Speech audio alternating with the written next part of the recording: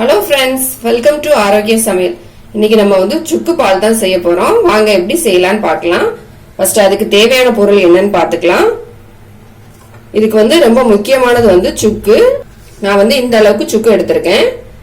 இது ஒரு 20 கிராம் இருக்கும். அந்த அளவுக்கு சுக்கு எடுத்திருக்கேன். 2 ஸ்பூன் பச்சரிசி. இதுக்கு பச்சரிசி தான் வேணும். 2 ஸ்பூன் அளவுக்கு கருப்பு உளுந்து. நீங்க கருப்பு உளுந்துக்கு பதிலா வெள்ளை உளுந்து கூட எடுத்துக்கோங்க. ஆனா கருப்பு உளுந்து தான் ரொம்ப நல்லது. 1/4 டீஸ்பூன் அளவுக்கு வெந்தயம். இது எல்லாத்தையும் நம்ம ஊற வைக்கணும். நான் ஏற்கனவே ஊற வச்சிருக்கேன், உங்களுக்கு காமிக்கிறேன். இப்ப நான் சொன்ன எல்லா ஐட்டத்தையும் நான் 3 மணி நேரமா ஊற வச்சிருக்கேன். சுக்க நல்லா தட்டிட்டு அப்புறமா தண்ணியில ஊற வச்சுக்கணும். ஏன்னா நம்ம இது மிக்சியில தான் அரைக்க போறோம். இது நல்லா ஊறினாதான் நமக்கு அரைக்கிறதுக்கு ஈஸியா இருக்கும். அதனால ஒரு 3 மணி நேரம் எல்லாத்தையும் நல்லா ஊற வச்சு எடுத்துக்கோங்க. மிக்சி ஜார் ஒன்று எடுத்துக்கலாம். இதுல நம்ம ஊற வச்சிருந்த எல்லாத்தையும் இந்த ஜார்ல போட்டுக்கலாம். இந்த தண்ணியோட சேர்த்து போட்டுக்கலாம். நம்ம நல்ல தண்ணியில தான் ஊற வச்சிருந்தேன், அதனால தண்ணியோட சேர்த்து ஊத்திக்கிறேன். நான்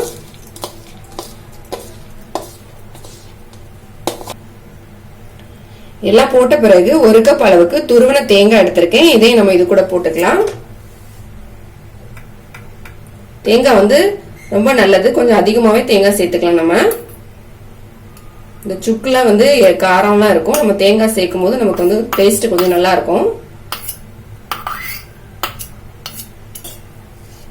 இதுல கொஞ்சமா தண்ணி சேர்த்துக்கலாம். இதை நல்லா நைஸா அரைச்சு எடுத்துட்டு வந்துடலாம். நான் நல்லா அரைச்சிட்டு வந்துட்டேன். நம்ம ஓபன் பண்ணி பாத்திரலாம். பாத்தீங்கன்னா எல்லாமே நல்லா அரைப்பட்டுடுச்சு. நம்ம போட்ட சுக்குலாம் நல்லா அரைஞ்சிச்சு பாருங்க. நம்ம ஊற வச்சதுனால அரைக்கிறதுக்கு ஈஸியா இருக்கும். உங்ககிட்ட அம்மி இருந்துச்சுன்னா அதுல அரைச்சுக்கோங்க. இன்னும் ரொம்ப நல்ல நைஸா அரைப்படும். இப்ப நம்ம இதை வேற ஒரு பவுலுக்கு மாத்திக்கலாம். ஒரு பவுல் எடுத்திருக்கேன். இதுல நம்ம அரைச்சு வச்சிருந்ததை இதுல போட்டுடலாம்.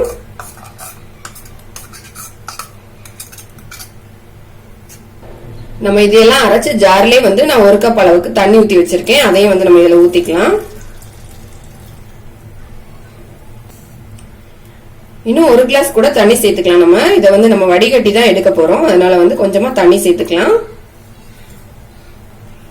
நான் ஒரு கடாய் எடுத்திருக்கேன். இதுலதான் நம்ம இன்னைக்கு ரெடி பண்ண போறோம். அதுலயே நம்ம வடிகட்டிக்கலாம். இத ஒரு வடிகட்டி வச்சு எல்லாத்தையும் வடிகட்டிக்கோங்க.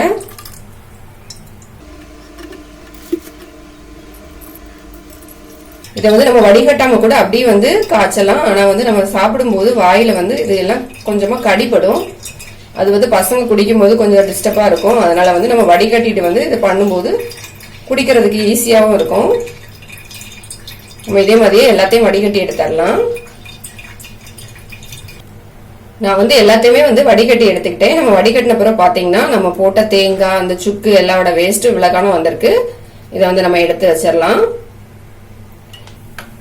நல்லா வடிகட்டின பிறகு நம்ம ஸ்டவ் ஆன் பண்ணிக்கலாம். ஆன் பண்ணிட்டு இதுல இனிப்புக்கு வேண்டி நான் 1 கப் அளவுக்கு கருப்பட்டி எடுத்திருக்கேன். இதை நம்ம இதுல போட்டுக்கலாம். இது நல்ல கருப்பட்டி. இதுல டஸ்ட் எதுவும் இருக்காது, அதனால அப்படியே சேர்த்துக்கிறேன். நீங்க தூசி எதுவும் இருக்கும்னா நீங்க வடிகட்டிட்டு அப்புறமா சேர்த்துக்கங்க. இதுக்கு கருப்பட்டி தான் ரொம்ப நல்லது. கருப்பட்டி இல்லைன்னா நாட்டு சக்கரை சேர்த்துக்கங்க. வெள்ளம்னா சேர்த்துக்காதீங்க. கருப்பட்டி சேர்த்துக்கிறது தான் ரொம்ப நல்லது. இப்ப இந்த கருப்பட்டி நல்லா கரையட்டும். ஸ்டவ் மீடியமான ஃப்ளேம்ல வச்சுட்டு இதை ரெடி பண்ணிக்கலாம்.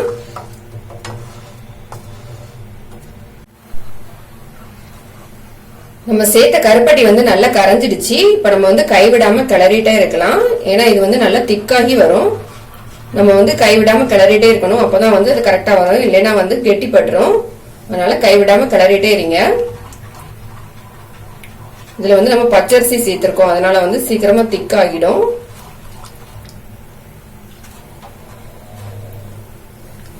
இந்த சுக்குப்பால் ரொம்ப நல்லது. சளி, வறட்டு, இருமல் இருக்கக்கூடியவங்க எல்லாம் இது செஞ்சு சாப்பிடும் போது அது சீக்கிரமா சரியாயிடும். உடம்பு வலி இருக்கக்கூடியவங்களும் இது செஞ்சு சாப்பிடலாம். ரொம்ப டேஸ்டா இருக்கும். சுக்கு காரமா இருக்கும். அதனால அந்த அளவுக்கு நம்ம கருப்பட்டி கொஞ்சம் அதிகமா சேர்த்துக்கலாம். கொஞ்சம் சின்ன பசங்களுக்கு கொடுக்கறதா இருந்தா சுக்கோட அளவு நம்ம கம்மி பண்ணிக்கலாம். பெரியவங்களுக்குன்னா இது கரெக்டா இருக்கும். இப்ப நான் இது ஒரு 4 பேர் குடிக்கிற அளவுக்கு தான் செய்யறேன். அதனால இந்த அளவெல்லாம் எடுத்திருக்கேன். நான் இப்ப பாத்தீங்கன்னா விட கொஞ்சம் திக்காயிடுச்சு. இது இன்னும் நல்லா கொதிக்கணும். அது வரைக்கும் நம்ம மிக்ஸ் பண்ணிக்கிட்டே இருக்கலாம். இப்ப பாத்தீங்கன்னா நம்ம மிக்ஸ் பண்ணிட்டே இருக்கும்போது நல்லா கொதி வர ஆரம்பிச்சிடுச்சு. இப்ப நம்ம ஸ்டவ்வை வந்து நல்ல மீடியம்ல வச்சுட்டு ஒரு 5 நிமிஷம் இப்படி வந்து கொதிக்க விட்டுறலாம். அப்பதான் நம்ம போட்டிருக்க இந்த சுக்கு தேங்காய் எல்லாம் நல்லா வெந்து வரும். ஒரு 5 நிமிஷம் கழிச்சு நம்ம வந்து ஸ்டவ் ஆஃப் பண்ணிக்கலாம். ஒரு 5 நிமிஷம் நல்லா கொதிச்சிடுச்சு. இப்ப நம்ம வந்து ஸ்டவ் ஆஃப் பண்ணிக்கலாம். இதை வந்து ஒரு டம்ளர்லயோ இல்லது ஒரு பவுல்லயோ சின்னதா ஸ்பூன் போட்டு குடிக்க கொடுங்க. இது வந்து லைட் சூடா இருக்கும்போது குடிச்சாதான் ரொம்ப நல்லது. அதனால லைட் சூடா இருக்கும்போது நைட் டைம்ல குடிக்க கொடுங்க, ரொம்ப நல்லது. இப்படி ஒரு 3 நாள் நம்ம செஞ்சு தொடர்ந்து குடிச்சோம்னா நம்மளுக்கு இருக்க இந்த வறட்டு இருமல் வந்து சரியாயிடும். ரொம்ப டேஸ்டாவும் ஹெல்த்தியாவும் இருக்கிற மாதிரி சுக்கு பால் எப்படி செய்யலாம் அப்படிங்கறத பார்த்தோம். இதை வந்து கண்டிப்பா ட்ரை பண்ணி பாருங்க. இந்த வீடியோ உங்களுக்கு பிடிச்சிருந்தா லைக் பண்ணுங்க, ஷேர் பண்ணுங்க, மறக்காம என்னோட சேனலை சப்ஸ்கிரைப் பண்ணுங்க.